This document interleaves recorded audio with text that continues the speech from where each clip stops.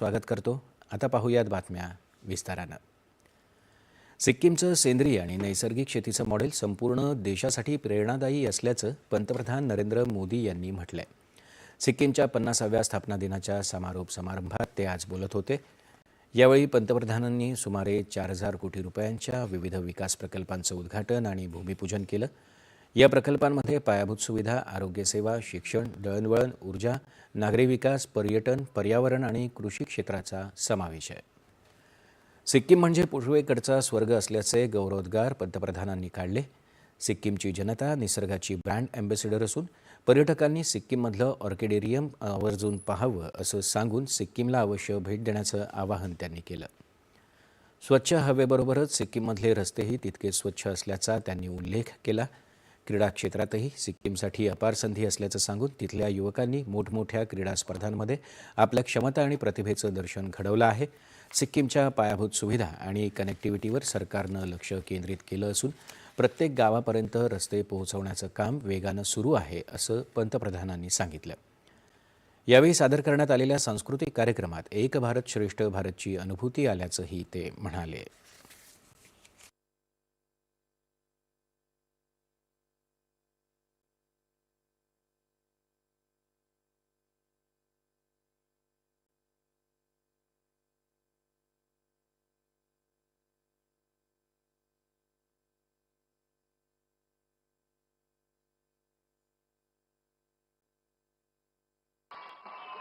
हाथों में हमारा हमारा प्यारा तिरंगा, लगातार भारत माता का जयकारा और वंदे मातरम का उद्घोष, पूरा वातावरण एक भारत श्रेष्ठ भारत की तस्वीरों से रंगा हुआ था। गंजू लामा द्वार से लोक भवन के रास्ते तक जिस तरह सिक्किम के मेरे भाई बहन अपना प्यार देने उमड़े, जिस तरह सभी जातीय समुदायों ने स्वागत किया, हर समुदाय की अपनी वेशभूषा, अपना अपना संगीत, अपनी अपनी परंपराएं, पूरा माहौल ही एक बड़े महोत्सव में बदल गया था।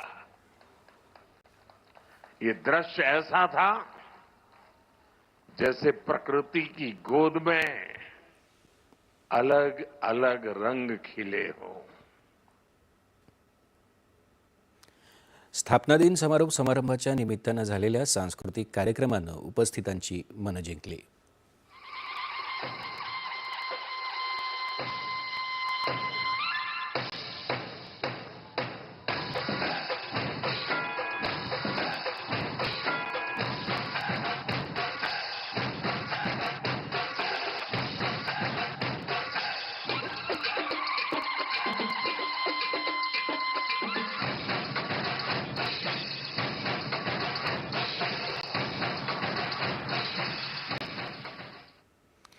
त्याआधी सकाळी पंतप्रधानांनी युवकांसोबत फुटबॉल खेळण्याचाही आनंद घेतला।